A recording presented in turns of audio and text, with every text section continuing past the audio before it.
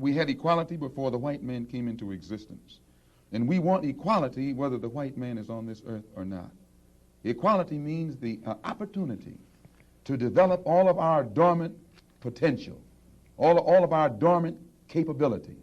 And in developing this dormant capability, the right and the ability to stand on this earth on some land of our own and bring about a civilization and a society in which we will be completely independent, complete freedom to take care of the needs, to take care of the wants and the likes and the dislikes of our people, to establish our own nation, our own society, our own heaven, our own future. This is what we mean by freedom, by equality. And justice means as you sow, so shall you reap. If you do wrong, you'll... In this crooked game of power politics here in America, the Negro, namely the race problem, integration, civil rights issue, are all nothing but tools used by the whites who call themselves liberals against another group of whites who call themselves conservatives, either to get into power or to retain power. Among whites here in America, the political teams are no longer divided into Democrats and Republicans. The whites who are now struggling for control of the American political throne are divided into liberal and conservative camps. The white liberals from both parties cross party lines to work together toward the same goal. And white conservatives from both parties do likewise. The white liberal differs from the white conservative only in one way. The liberal is more deceitful, more hypocritical than the conservative. Both want power, but the white liberal is the one who has perfected the art of posing as the Negro's friend and benefactor.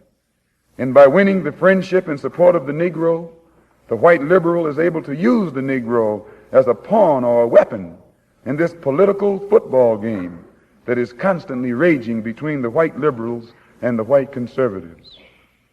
The American Negro is nothing but a political football, and the white liberals control this ball through tricks or tokenism, false promises of integration and civil rights.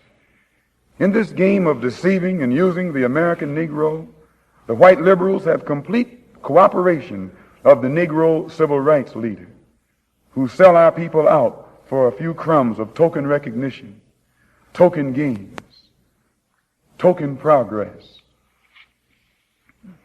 In the New York Tribune, in an editorial dated February the 5th, 1960, they pointed out that out of 11 million qualified Negro voters, only 2,700,000 actually take time to vote. This means that, roughly speaking, only 3 million out of the 11 million Negroes who are qualified to vote take an active part. And the remaining 8 million remain voluntarily inactive. And yet it is this small minority, the 3 million Negro voters, who help determine who will be the next president. If who will be the next president can be influenced by 3 million Negro voters, it is easy to see why the presidential candidates of both political parties put on such a false show with the Civil Rights Bill and promises of integration. They must impress the 3 million voting Negroes who are the actual integration seekers. And if so much fuss is made over these 3 million integration seekers, what would the presidential candidates have to do to appease the 8 million non-voting Negroes if they ever decided to become politically active? They hold the balance of power. Who are the 8 million non-voting Negroes? What do they want? And why don't they vote? The 3 million Negro voters are the so-called middle-class Negroes, or high-class Negroes, or uppity Negroes, who are referred to by the late Howard University sociology professor E. Franklin Frazier as the black bourgeoisie, who have been educated to think as patriotic individualists with no racial pride whatsoever, who believe in and look forward to the future integrated, intermarried society that is constantly being promised to them by the Negro politician. And therefore, this integration-minded 3 million minority remain an active part of the white-controlled political parties. But it must never be overlooked that these 3 million Negro integration seekers are only a small minority of the 11 million qualified Negro voters. The 8 million non-voting Negroes are the majority, the downtrodden black masses. They have refused to vote. They have refused to take a part in politics because they reject the Uncle Tom approach of the clergy politician leadership that has been handpicked for the so-called Negroes by the white man himself. This clergy politician leadership does not speak for the Negro majority. They don't speak for the black masses. They speak for the black bourgeoisie, the brainwashed, white-minded, middle-class minority, who, because they are ashamed of their race, because they are ashamed of being black and don't want to be identified with black, they are seeking to lose this black identity by mixing and mingling and intermarrying and integrating with the white society. The race problem cannot be solved by listening to the white-minded, brainwashed minority.